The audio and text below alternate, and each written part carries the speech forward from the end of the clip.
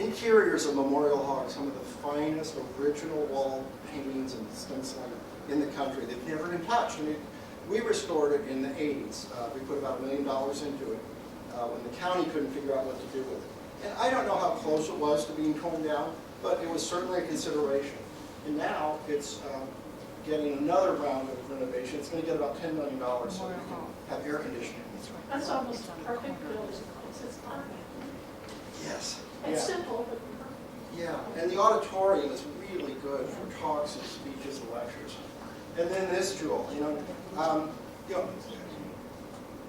we were innovating. Unfortunately, we were innovating with railroads when airplanes were just about to take over. But what a brilliant building! I mean, we're having a contest right now, which I'll talk about later, asking the public to tell us what are the top 50 buildings that define Cincinnati. And you should see the comments on this one. People say, you know, I still get weak at the knees every time I go in the rotunda. And, you know, people have a very personal relationship to this building. And it's spectacular. I get the idea that the design took about 5 minutes. You know, it's so pure, it's so, and then fleshing that out probably took a year. But this quick pencil sketch, well, let's do a quarter sphere and radiating arms and the people come here. It's very functional too. The way it incorporated buses, taxis, people, and into its. This is a City Hall, and I have it up here because the bar of what we consider unthinkable versus, you know, what we would tear down is constantly moving. There was a time when there was a proposal to tear down City Hall, and right now we would think that we'd probably never do that. But it was in the they were trying to do Fountain Square. They wanted Kroger to build a high-rise tower on Fountain Square West. And City Hall was going to buy the Kroger building to allow that to happen and move in. And they have renderings of the park that they would have made where they would keep the tower. And I hope I didn't start this, like, tear the building down, keep the tower down. We did it after then, so I'm not guilty of that. But I just want you to keep that in mind because they used to tear quite a few, very many things down. And it's not all that unthinkable because Indianapolis had a magnificent Second Empire City Hall that looked very much like Philadelphia's City Hall. They tore that down in the 60s to build a really impersonal, undistinguished building now for their unified government. Did they talk about town about tearing down German? Yes, New Terminal was very close to being torn down. That is one of the great saves nationwide, and this community did it. We voted a tax levy on our self-storage, and we've been paid back many times in terms of the amount of economic activity that's generated, and I hope people keep that in mind when the next one comes around. But They tore down a third of it. they did, yeah, and those murals that were out at the airport were in the concourse that went back there. Yeah.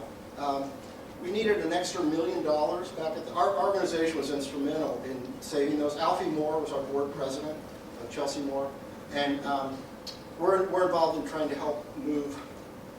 I'm jumping around a little. But what I understand, I wasn't in town at the time of the original save of Union Terminal, but I understand there was a poster that was very effective. It showed it as a ruin, just the clock up there and weeds.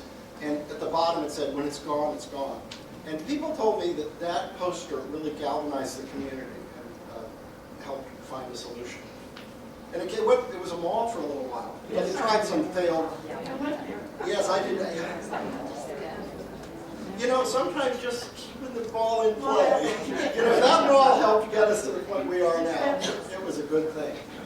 But you know what I was telling you, look what we have here. I mean, just when Hollywood movie people come to Cincinnati and they're looking for a little street, you know, we'll show them one, we work with the site people, and they'll say, this is good, but we need a couple more blocks of it. We go, which direction? You know, do you want to go that way for a half mile, that way?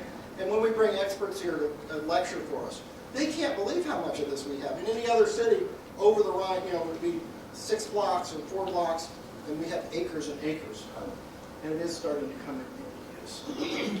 And you know, Cincinnati was one of the early cities to have historic preservation ordinances. It's probably about early 80s is when they went into place. They create local historic districts. National historic districts do not protect buildings from anything except the federal government doing something to hurt them. but local historic districts have a lot of teeth. And this is the Main Street Historic District, and that little alley there leads to the airnet. Well, the person that owns this building here, the white one, wanted to tear it down. And he went to the Historic Conservation Board and said, you know, they keep bumping into it when they go in to load shows. So I want to tear it down. They said, what are you going to do with it? He said, well, that's the best part. I'm going to put a parking lot with no attendant. It just has these little meters. I'm going to make $100,000 a year. He didn't. He was an accountant. He didn't know they didn't share his enthusiasm for parking. They turned him down. But what I saw in that is our historic conservation ordinance. This is a completely intact 19th century streetscape, and all his neighbors came in and they said, you know, we make it work. You know, you don't have to tear this down. You get an economic return out of these buildings.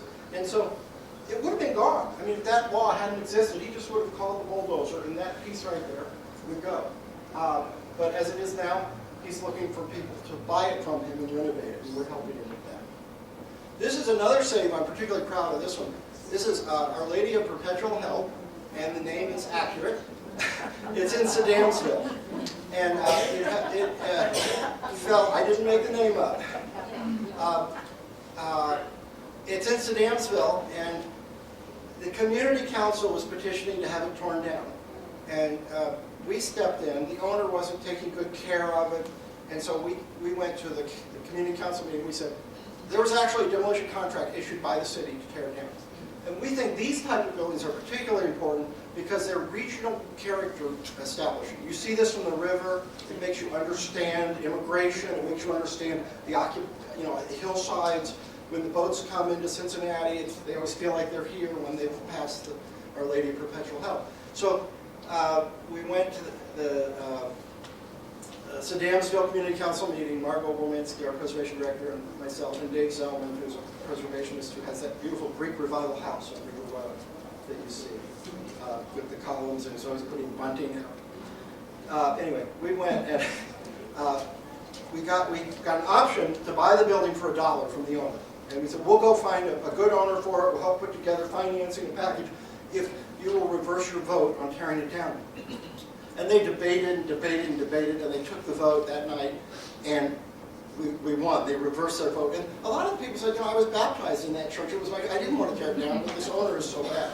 So by CPA stepping in, we got him to change the vote. And I'd like you to say how convincing we were, yes? That was my husband's parish, and I was baptized there too. Oh, great. Well, I'd like to say we were really convincing, but the vote was 7-6 to keep it. And when we came out of it was in the little parish hall next to it, and when we came out, we were lined up with the church and the moon was shining on it. And I just looked up at it, and I thought, oh my God, we came one vote away from this being a pile of bricks. And I was actually shaking that night. And I remembered what Winston Churchill said about democracy. You know, it's the worst form of government there is, except for all the others. But, you know, yes. Did that include the parish house? No, we don't have the parish house. We could get it if you're interested. Talk to me. We get a lot of calls. We're advertising this nationally. And, you know, for somebody, a graphic design firm, a theater company, churches do get saved with very interesting and creative uses, but it takes the right person. You know, it's a few minutes from downtown. It's surrounded by green space. We created a National Historic Register district in Sedamsville to make historic tax credits available. So we're really working on that. But we actually did, this is the inside of it. And the tower.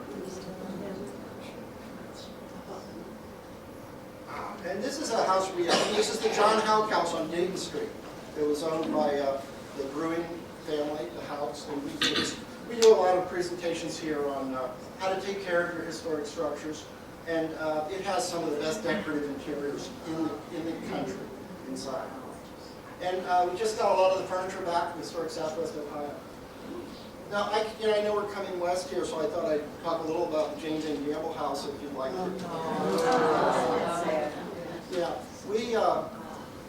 we worked on that for about 2 years, and when the people from Westwood came to us and told us the problems they were having communicating with Green Acres, we said, okay, well, why don't we help? And because we had a lot of overlap, and we tried everything we possibly could.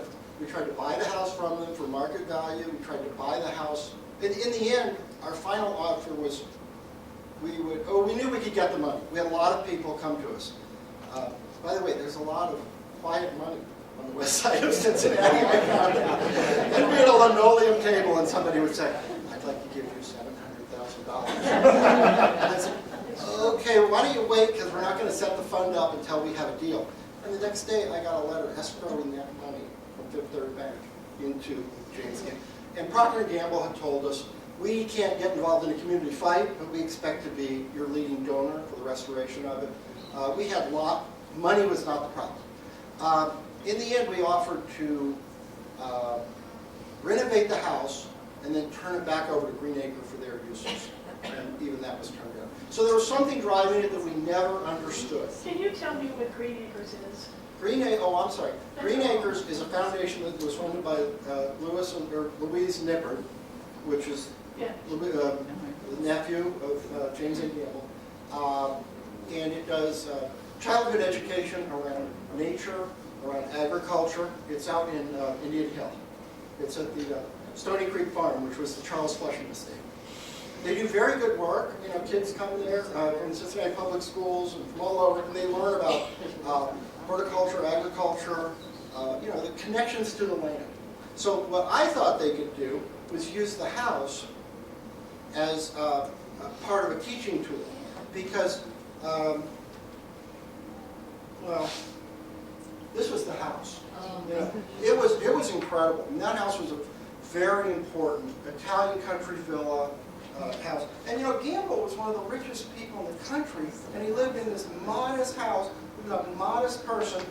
He did so much for the community. We know what side of that ballot he would have been on. That's the tragic thing about it. He would have been on the side of the people. I don't understand. There's so many people that were for keeping that Yes. place. What happened? 300 people would come out at a meeting, and they would all have stories about Gamble. But what happened? What? The house was owned by Louis and Louise Nippert. They inherited it from James N. Gamble.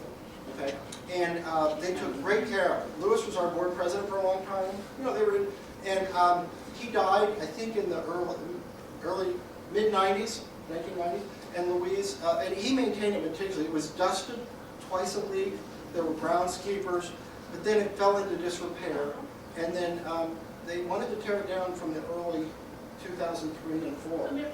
Yeah, Louise Nippert. So the fault lies with them. Well, that was where, yes, that was where the, what? I want someone to blame. Oh, Because okay. Give us a name. Yeah. Because it was on the west side, or we're on the east side, they would, yeah.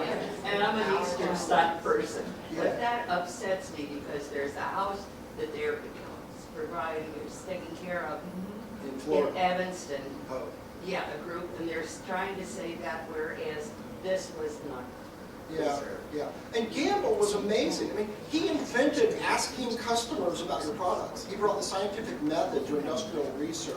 He invented dividend days. When robber barons were taking everything they possibly could from their workers because they knew they could get other ones when the mercury killed them or whatever, Gamble said the people that make this deserve part of the benefits. And that was a very innovative idea. I think the Nippert family was the ones who didn't progress in leaving it to the city or something like that, right? The Nippert family didn't bequeath it to anyone. No, they owned it and they, yeah. And we do not know why, but there was definitely a motivation to tear it down. Yeah. It was a tragedy of philanthropy. And at any rate, it was a great house. But I'll tell you in a second here, yeah, this is a typical meeting. And these people would come up and they say, my father, who was sitting in the back, was the paper boy for James A. Gamble. And when he got married, Gamble said to him, well, you need a house now, you're married. He said, I don't have any money. He said, well, I have some land over on the hill there. I'll open an account at the lumberyard. Pay me back when you can. There were so many of those stories. And he actually was instrumental in the development of modern philanthropy. He funded colleges that people don't know about, African-American colleges in Florida. He built the Westwood Viaduct. You know, he bought the railroad when it went bankrupt so Westwood would have connections. He did so much for that community. He was mayor. And that's why I think there was such a heartfelt feeling about it. So let me go on. Somebody needs to do some investigative Really? I think it will be taught in